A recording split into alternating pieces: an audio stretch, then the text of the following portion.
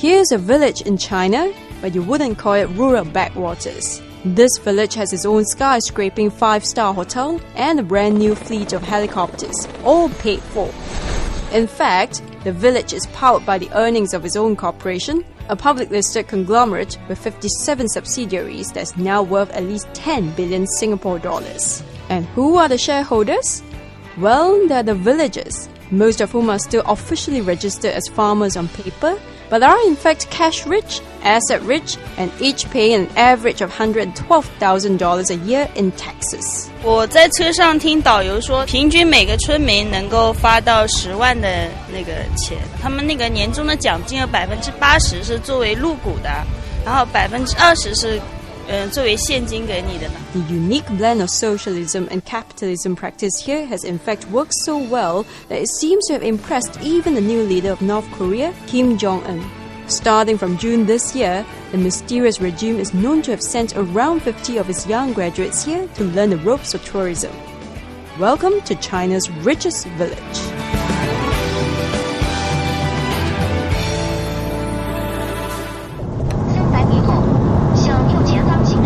We are off on a 2-hour drive northwards from Shanghai, China's largest city, to Huaxi, China's richest village.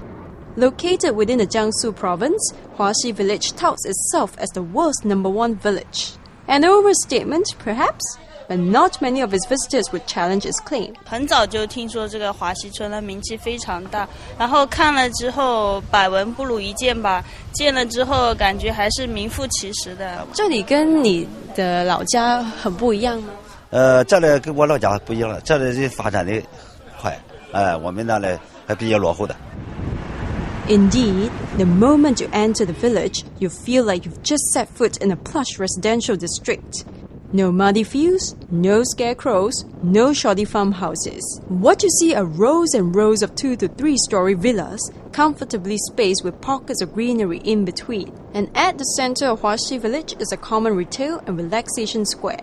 These pagodas are homes to different facilities, one of which houses a hospital that provides health care for its residents free of charge.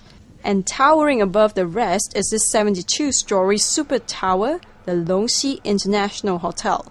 It's now the 8th tallest building in China and 15th tallest in the world. I'm now on top of the old pagoda, which houses a 3-star hotel and a retail complex. Now, this used to be the landmark of the village, and it was the tallest building here, but has since been overtaken by the Huaxi International Hotel over there, which stands at 328 meters.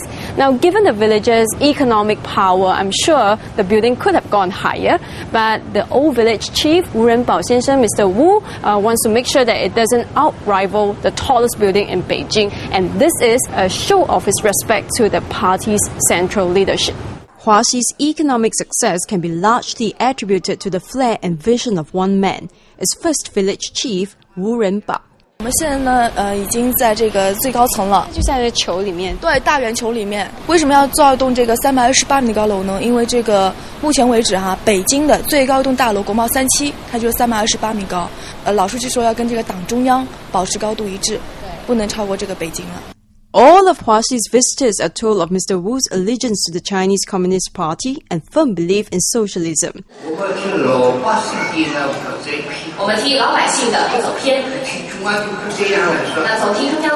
In fact, the 84-year-old now delivers a daily lecture, sometimes up to 3 sessions a day depending on visitor numbers, just to drive home his message. But if not for Mr. Wu's part compliant, part defiant approach in the 60s, the Huaxi miracle wouldn't have been possible. 我们是农民，农民呢不能单单耕种土地，还要搞工业、搞商业。During the Cultural Revolution from 1966 to 1976, factories were closed and productions were banned. But Mr. Wu boldly carried on running a small factory in the village while keeping an eye out for last-minute raids. He laid low when he was singled out for his capitalist streak, but he also had the last laugh when he finally got to put his business acumen to good use with the end of China's class struggle. The Jiangsu Huaxi Group now has business dealings in everything from agriculture, textile, steel, logistics, finance to tourism.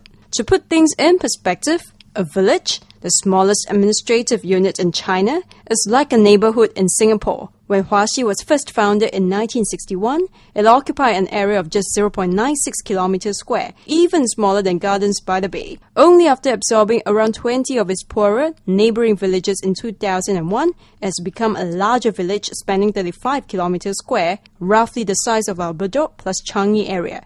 So imagine having a hotel of this scale in your backyard. It's quite a feat, isn't it? Next, we'll look at how the benefits actually trickle down to its residents.